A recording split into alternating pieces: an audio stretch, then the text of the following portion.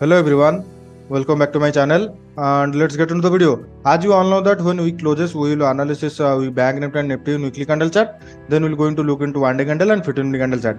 In bank Nifty, you can clearly see that from the last 3 weeks it continuously shows positive movement here, but in this week it shows kind of negative movement here. Previously we have resistance around that 42,100 to 42,200 level. So in this week it also try to took support around that zone. So my suggestion would be, if it once again opens gap up and opens flat and shows positive movement, and then it trades above 42,500 level and shows positive movement, then we'll going to take trade for buying. Target will be around 43,000. But if in this week if it opens gap down, or if it trades below 42,000 level and shows negative movement after that, then we'll consider it for selling, and target will be around 41,800 to 41,500. So in weekly candle chart it kind of looks negative to me, but if it opens gap up, then we can consider it for buying. Now let's look into one day candle chart. In one day candle chart you can clearly see that from the last 3 to 4 days it continuously made low around that lower level, which is 42,000 to round level 42,100. So my suggestion would be, if in one day candle chart if it trades below 42,000 level and shows negative movement, then you can consider it for selling, and target will be around 41,700 to 41,600 level. But let's assume that if it opens a gap up around 42,300 or 42,400 and shows positive movement after that, then you can consider it for buying, and our immediate target will be 42,600. Next target will be 42,800. So in one day candle chart it kind of looks sideways to me. If it opens gap up and shows positive movement, then you can consider it for buying. In 15-minute candle chart you can clearly see that on Friday market opens flat and shows positive movement here, but it immediately took resistance around that 42,380 level, and right now it trades around 42,100 level. So my suggestion would be, if it opens flat or if it trades below 42,000, as I said in weekly candle and one day candle chart, then you can consider it for buying, and our immediate target will be 14,800. Next target will be 14,600. But if it trades above that range, which is 42,380 or 350, by opening flat or opening gap up and shows positive movement after that, then you can consider it for buying, and our target will be 42,500 to 42,600. Next target will be 42,800. So that's all about bank Nifty. Now let's look into Nifty in weekly candle chart.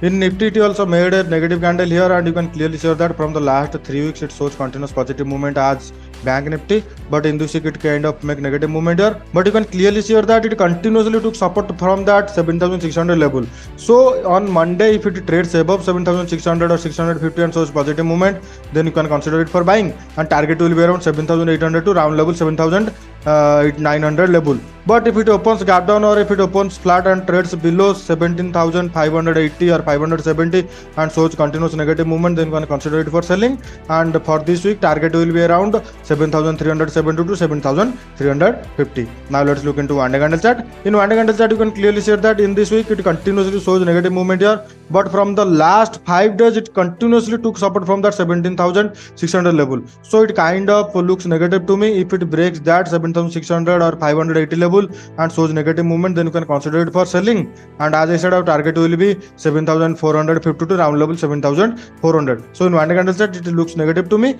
but if it opens a gap up above 7,650 and shows strong positive movement, then you can also consider it for buying, and target will be around 7,750 to 7,800 level. In 15-minute candle you can clearly see that market trades in a range from the last 3 to 4 days. It continuously took support from that trend line, and it continuously took resistance from that higher side. So my suggestion would be, either let it closes above 7,600 for taking any kind of buying trade, and as I said, our target will be 7,750 to round level 7,800. But if it opens flat and if it opens gap down or if it trades below 17,600 or 580 and shows negative movement, then you can consider it for selling, and target will be 70,450 to round level 7,400. So that's all about bank Nifty and Nifty. If you wanted to take trade in bank Nifty option, then you need to look into bank Nifty components. In bank Nifty components, our first component will be HDFC Bank. And in HDFC Bank, you can clearly see that market shows positive movement here, but it needs to trade above that 1680 level for taking any kind of buying trade. But if it trades above 1670 or 1668 and shows negative movement, then you can consider it for selling.